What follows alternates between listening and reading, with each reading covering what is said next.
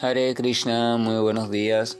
Namo Vishnu Padaya Krishna Prestaya Bhutale Srimate Bhaktivedanta Swaminiti Namine Namaste Saraswate Deve Gauravani Prasharinendri Visesa Sunyavadi Pashatya Deshatarine Shaya Sri Krishna Chaitanya Prabhu Nityananda Sri Abdvaita Gadavdare Rivasadi Gaura Bhaktavrinda Hare Krishna, Krishna Krishna, Hare Hare, Hare Rama, Rama Rama, Hare Hare. Hare Krishna reiterados, vamos a continuar con las lecturas y propuestas de reflexiones sobre los siempre valiosos y trascendentales textos de el Srimad Bhagavatam. Estamos en el punto, Maharaj Parishi ya se ha enterado de lo de la maldición y no lo toma como una mala noticia, sino que lo ha tomado como una gran oportunidad para al final poderse liberar de todos sus deberes como rey y dedicarse, al menos por 7 días, a la entrega total de la práctica de conciencia de Krishna, la práctica de conciencia de Dios, o sea, lo que significa el ir colocando todas nuestras energías, potencialidades, habilidades, lo que sea, el funcionamiento de nuestra mente, cuerpo, habla, de nuestro sentido, en función o en relación con las cuestiones vinculadas al Señor Supremo, a la manera que, por supuesto, desde la cultura y de cada persona le hayan mostrado o le hayan enseñado. Esto es muy importante tenerlo claro.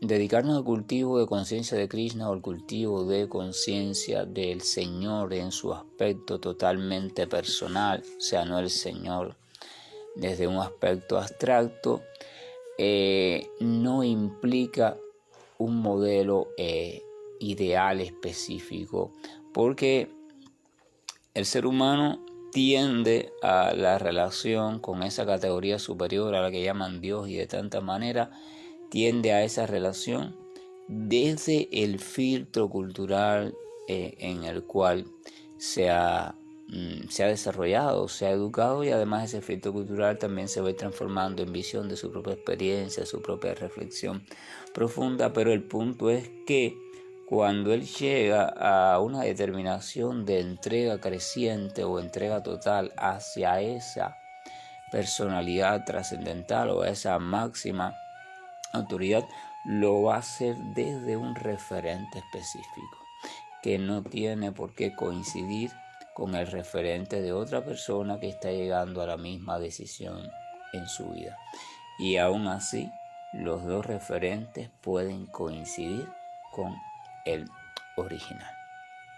O sea, no se trata tanto de las especificidades de cómo el referente ha sido asimilado por cada persona de su cultura o educación o preferencia, sino se trata más bien de la fidelidad que haya en ese referente. O sea, la fidelidad, que en verdad el corazón y la mente de esa persona haya aceptado la existencia innegable, la existencia comprobable, plena, de un patrón superior, de una personalidad original, magnífica, maravillosa, y que en verdad esté sintiendo el deseo sincero de estar cada vez en una mayor comunión con dicha personalidad desde la posición de intercambio amoroso, ya sea la manera en que un súbdito mira a su rey maravilloso, a la manera en que un amigo mira a su amigo o un hijo mira a su padre, pero desde el mismo sentimiento, el sentimiento de amor, el sentimiento de, ¿cómo se dice cuando uno, de mirada favorable hacia ese objeto de amor? Si la identificación está, o sea, identificas a eso como lo supremo, si está también la identificación de esto, o sea, de aquel que mira hacia ese supremo como parte de ese supremo, pero siempre parte minúscula en comparación con ese Supremo, y si está también un creciente sentimiento de intercambio amoroso, un deseo sincero de intercambio amoroso, entonces el referente particular que utilice cada cual, filtrado siempre por sus aspectos culturales, no interesa, porque en verdad el corazón del practicante estará siendo dirigido hacia la comunión con el original. Y poco a poco los referentes culturales irán diluyéndose, y quedará inundado del vivo sentimiento de amor por Dios, y por tanto también quedará inundado de también el vivo conocimiento sobre esa personalidad suprema. Entonces Maharaj Parisi, estábamos al punto que veía una gran fortuna el hecho de que esa maldición fuera realizada o fuera invocada. Organizó las cosas en su palacio, dejó los cargos a nombre del heredero, el otro, dejó todo bien organizado. O sea, no es que Maharaj Parisi dice, bueno, ya me quedan 7 días, renuncio a todos mis deberes y ya. No, esa no es la cuestión. Vamos a recordar que el cultivo de la espiritualidad pasa necesariamente y primeramente por el cultivo de un ser humano responsable, perfectamente armónico, integrado desde el punto de vista social también, o sea, que se dedica a ser útil desde las cualidades que él posee.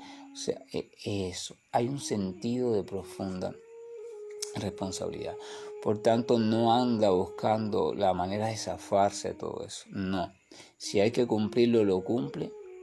Y ya después, a su debido tiempo, le aparecerá la oportunidad de poder ir cediendo esas responsabilidades o deberes a otros. O sea, cuando ya él cumpla con sus deberes, tendrá el chance también de irse liberando de ellos por natural proceso y de un modo, ¿cómo se dice cuando? Suficientemente justificado. Maharaj Parisi organiza todo y partió. ¿Hacia dónde partió? Maharaj Parisi partió conforme a la tradición de su época hacia algún lugar sagrado para averiguar un poco allí sobre esta cuestión de la muerte y qué hacer antes de morir. Entonces partió hacia la orilla del río Ganges. El texto dice, Maharaj Parisi se sentó firmemente en la ribera del Ganges para concentrar la mente en el estado de conciencia trascendental o conciencia de Dios, rechazando todas las demás prácticas de la autorrealización, debido a que el servicio trascendental y amoroso que se le presta al Señor Supremo es el logro más grande de todos, pues supera a todos los demás métodos. Maharaj Parisi era un kshatriya, un guerrero, un rey guerrero, venía de la tradición de la dinastía de los Pándava, que a la misma vez formaba parte de la dinastía Yadu, y por tanto y demás también estaban entrenados en el arte de la austeridad, en el arte de el yoga místico, o sea, este yoga, control de las posturas, control de la respiración, control de los sentidos, control de la mente, de la atención, así, hasta que llega a la meditación profunda, hasta que llega al samadhi, ¿no? Entonces eso, la tradición indica que se debía hacer en un lugar sagrado, un lugar que estuviese permeado de la influencia de aquello que es la personalidad suprema o la fuente de todo cuanto pueda existir, porque los famosos lugares sagrados un poco predisponen al cuerpo y a la mente para asumir cierta actitud con facilidad, o sea, cierta actitud de pensamiento trascendental, cierta actitud favorable hacia el cultivo de la trascendencia o hacia la autorrealización. Por ejemplo, hoy en día vemos cuando la gente habla de meditación, la gente habla de práctica trascendental, pero bueno, le da lo mismo practicarla en un lugar, practicarla en el otro, y explican que simplemente el lugar no importa. En verdad, para aquel que ha alcanzado la perfección, cosa que es muy rara alcanzar en este mundo, mucha gente cree que lo ha alcanzado, pero en verdad eso es muy difícil de alcanzar. Pero bueno, para quien realmente lo ha alcanzado, los grandes trascendentalistas, es verdad que en ese punto ya el lugar físico en el que se encuentre no importa. Pero para nosotros, criaturas que estamos todavía llenos de condicionamiento, eso no es verdad. Es simplemente un invento de la mente para zafarse de la disciplina de seguir el método tal y como es. ¿Y qué dice el método? El método clásico explica en los shastras, en las escrituras sagradas, que el practicante se va para un lugar específico. O sea, la famosa meditación, la famosa práctica del yoga místico no se hacía simplemente en medio del pueblo, ni se hacía en un parque, ni se hacía en ninguno de esos sitios, sino que todos los referentes que aparecen en la escritura sobre esta práctica comienzan diciendo, o sea, el maestro, el instructor le indica a su discípulo, vete para un lugar apartado, pero no solo para un lugar apartado, sino que indican para un lugar sagrado. O sea, vete para un lugar sagrado. Y ahí entonces comienza a hacer esto, aquello, y le instruían el método. Porque desde el principio de las indicaciones ya habían requisitos, y esos requisitos no estaban por gusto, forman parte imprescindible de la receta. Y si usted retira caprichosamente una de las partes de una receta, entonces debe saber que el resultado que va a obtener no va a ser totalmente el prometido por las escrituras o por el instructor, si es que acaso es un instructor serio. Lo mismo sucede con una receta de cocina. Si usted por ciertas cuestiones quita un ingrediente o varios ingredientes de la receta original, entonces quizás usted obtenga sin lugar a duda un platillo que puede llegar a ser incluso muy sabroso y nutritivo, pero no será lo completamente sabroso y nutritivo que debería ser de acuerdo a lo planteado por la receta original. Entonces los supuestos métodos de práctica de hoy, en gran parte de ellos, no son más que fragmentos de los métodos originales, porque el hombre ha ido reorganizando todos esos métodos, pero en muchas de esas reorganizaciones no ha sido por conocimiento profundo, no ha sido una derivación del conocimiento y la comprensión profunda del propio método, sino que una forma de acomodación inmadura del propio método.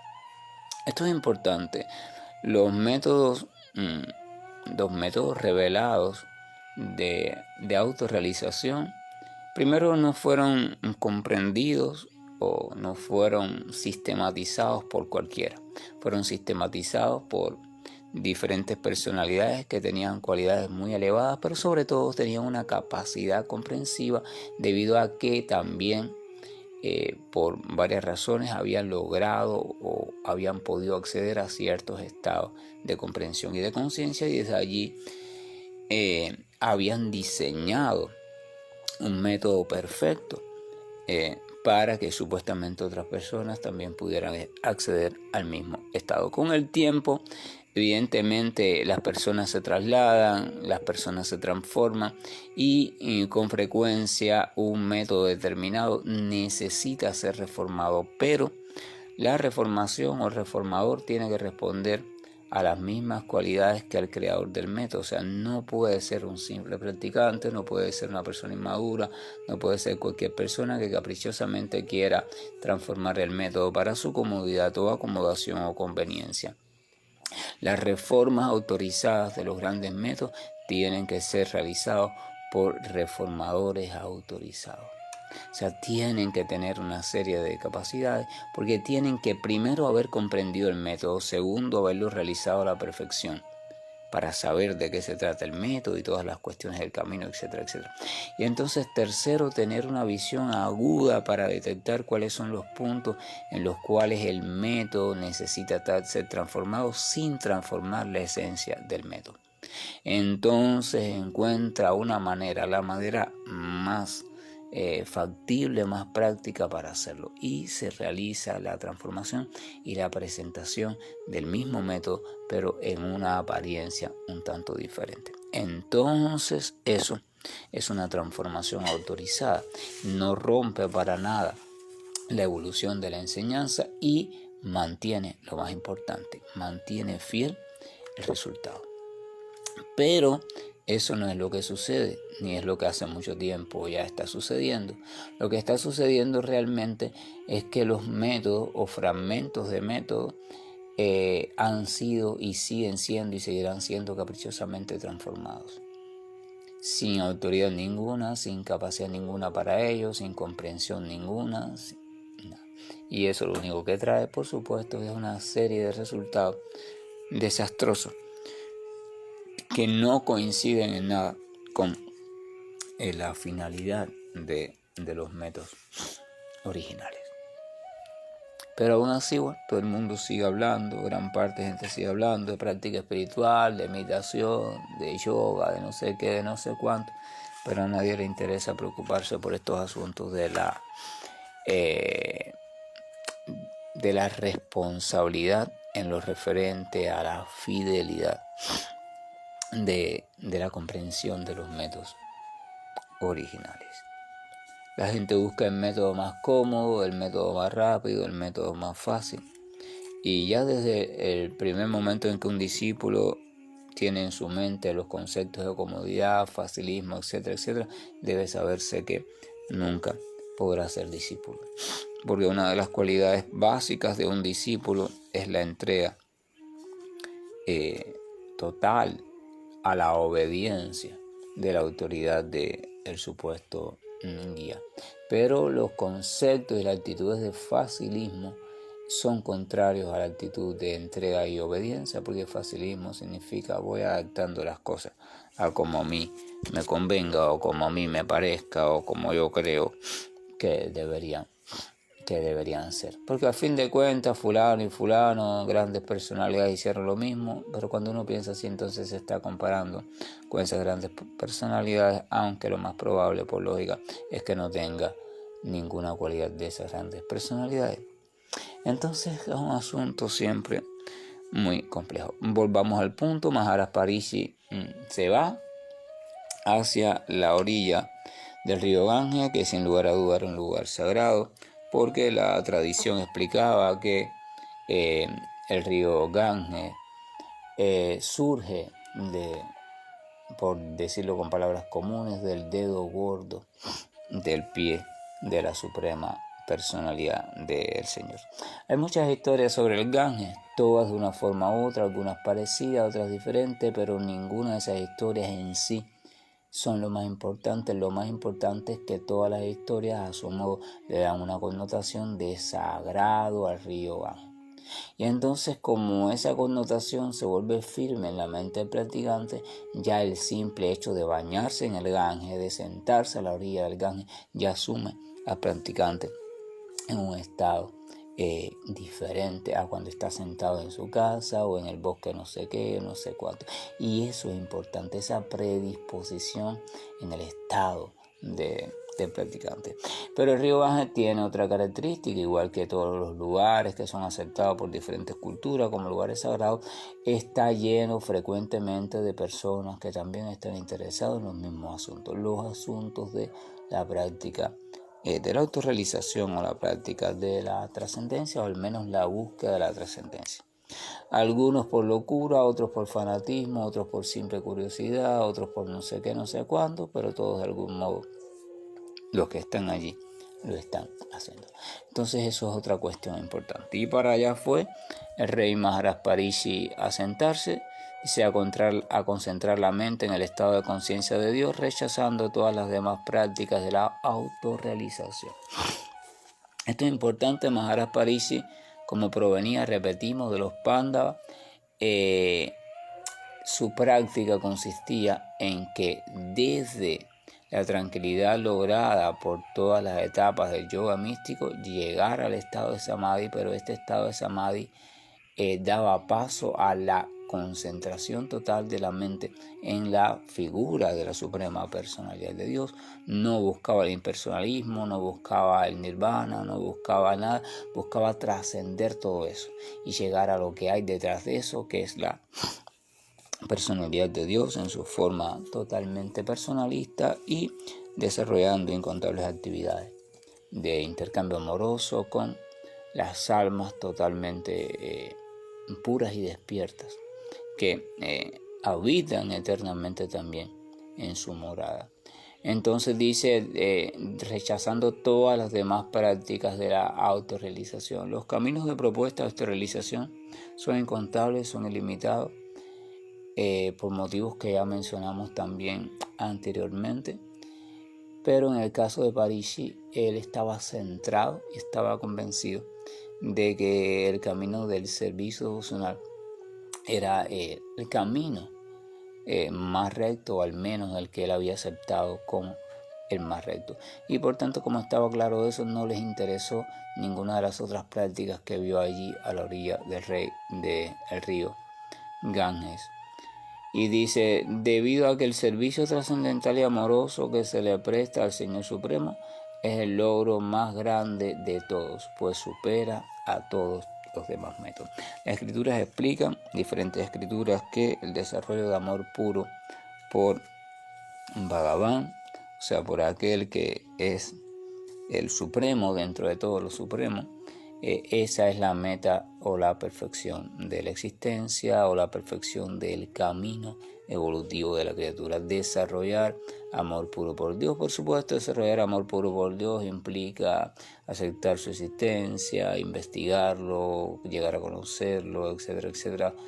Todo eso, hasta que llega al amor puro por Dios. Cuando se establece en el amor puro por Dios la criatura, entonces queda perfectamente establecida en una comunión natural y eterna y consciente con el Señor, porque el amor, hemos mencionado en otras veces, es el modo perfecto, el medio perfecto de ensamblamiento, de unidad, de perfección. El modo natural de yoga es mediante los lazos que se establecen de forma también natural por el amor.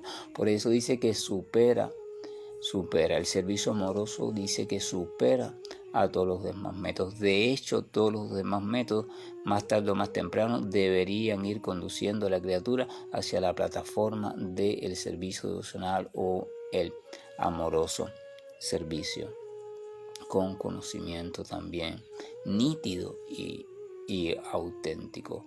En este sentido, entonces, todos los métodos son correctos siempre y cuando ayuden al practicante a ir avanzando hacia el punto de estar cada vez más cerca de la entrega al servicio devocional. Si un método determinado no tributa a ir acondicionando a un practicante para que cada vez se acerque más al logro del desarrollo de amor por el Señor Supremo, entonces debe saberse que ese método no está contribuyendo a la meta suprema de la existencia, o por tanto no está contribuyendo a la verdadera finalidad de la autorrealización concebida desde su plenitud o desde su perfección. Esto es importante, muy importante tenerlo en cuenta, porque acaba con las discusiones entre los métodos: si yo practico esto, si yo practico aquello, si el otro practica aquello, y comienza a ver los métodos como diferentes puntos, diferentes etapas,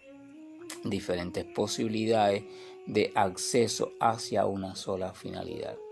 Pero al mismo tiempo comienza a ser regla de exclusión, porque si un método específico no contribuye a eso, o no se puede percibir o demostrar que contribuye a eso, entonces no debe ser aceptado como un método. Pero si contribuye a eso, entonces debe ser aceptado y debe permitirse que ese propio método vaya perfeccionando hasta donde pueda su practicante, y después llegar a un punto en que el practicante ya tendrá que trascender el método, porque el método no podrá darle nuevas exigencias que le van a surgir en su corazón con el camino.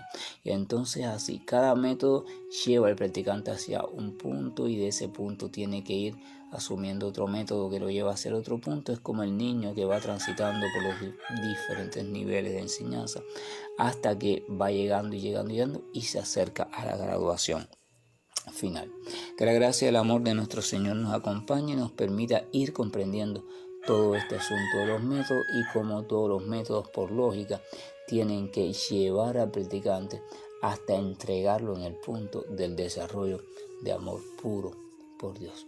Cuando ese punto suceda, entonces el yoga o la unidad o la comunión con el perfectamente amoroso queda establecida de un modo natural, de un modo consciente y de un modo perfecto. Hare Krishna, buen día, y estoy finalizando la grabación. Om Namo Bhagavate Vasudevaya. Om Namo Bhagavate Vasudevaya.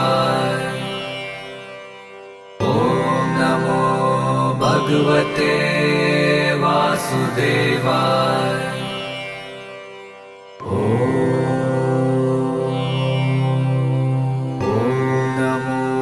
Bhagavate Vasudevaya. Om Namo Bhagavate Vasudevaya. Om Namo Bhagavate Vasudevaya. Om Namo Bhagavate Vasudevaya.